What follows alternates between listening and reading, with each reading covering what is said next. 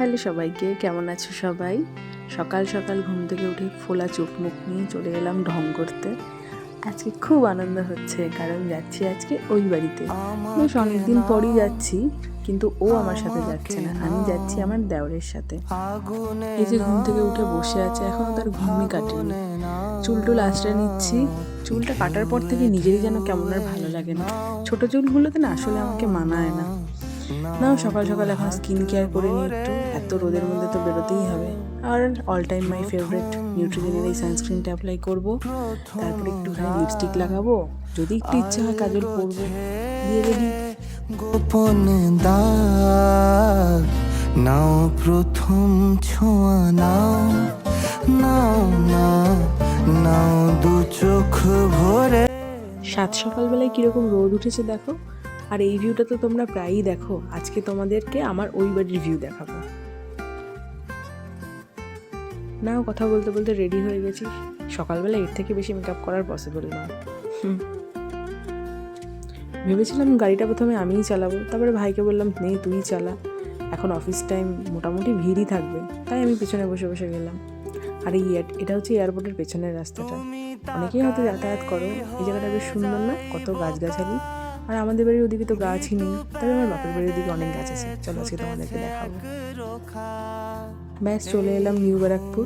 আর as usual আমি আসলেই gate পড়ে থাকে অল টাইম, কেন জানি না, সেই ছোটো থেকে যখন স্কুল আসতাম তখনও তাই, আর এখনও তাই। আর এই যে সেই বনগা লোকাল বিখ্যাত, আজকে মনে হচ্ছে একটু ফাঁকাই রয়েছে, কেন আছে তা তো জানি না।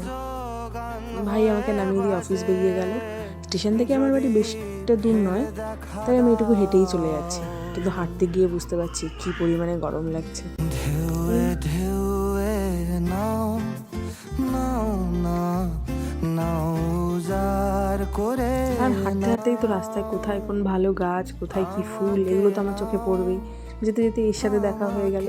ফুলগুলো দেখো কি সুন্দর, মনে হচ্ছে বাড়ি তুলে নিয়ে চলে যাই। হাঁটতে হাঁটতে প্রায় চলে এলাম বাড়ির কাছাকাছি। অবশেষে এসে পৌঁছলাম। আহ, শান্তির জায়গা, এই যে আরাম, এটা যেন পৃথিবীর কোথাও নেই। নিজের ঘর, নিজের বাড়ি। এসেই দেখি আমার সেই পার্সেলটা দু একদিন আগেই এসেছিলো, মা আমার জন্য গুছিয়ে রেখেছিল, তো এটা এখন আনপ্যাক করব। এই শাড়ি দুটো অর্ডার করেছিলাম, অনেক দিন আগেই অর্ডার করেছিলাম, আসতে অনেকটা দেরি করে ফেলেছে। আর এখানে অ্যাড্রেস দিয়েছিলাম বলে আমার দেখতেও পারিনি আমি। তারপর খেয়ে দিয়ে একটা লম্বা চড়া ঘুম দিলাম, বেলা হয়ে গেল। সেসবের ক্লিপস নেওয়া হয়নি, সময় চলে এলো বাড়ি ফেরার। এই যে আবার চলে যাচ্ছি। যাওয়ার পথে একটাই মেলা চোখে পড়লো। ভাই বললো একটু দাঁড়িয়ে যাও, একটু বাদাম কিনবো। ও বাদাম কিনছিল, আমি আমার শখের জিনিস কিনছিলাম। কি আবার ক্লাচার, এই দুটো নিলাম। বাড়ি ফিরে দেখি কর্তামশাই বেশ জোগাড়জাতি লাগিয়ে দিয়েছে। আজকে হবে চিকেন কষা আর পোলাও। খুব ফেভারিট একটা খাবার না হলেও তবে পছন্দ করি। ফেভারিট কিন্তু ওই একটা খাবারই, বিরিয়ানি। আমি সঙ্গে সঙ্গে এসে পোলাওটা করতে শুরু করে দিলাম। চাল টাল ভেজানোই ছিল, এতে একটু নুন চিনি হলুদ এসব মাখিয়ে পোলাও করে ফেললাম। আর এই মাংস, তারপর দুজনে জমিয়ে বসে খাওয়া দাওয়া করলাম। উফ, এর যে কি স্বাদ। তো আজকের জন্য এটুকুই।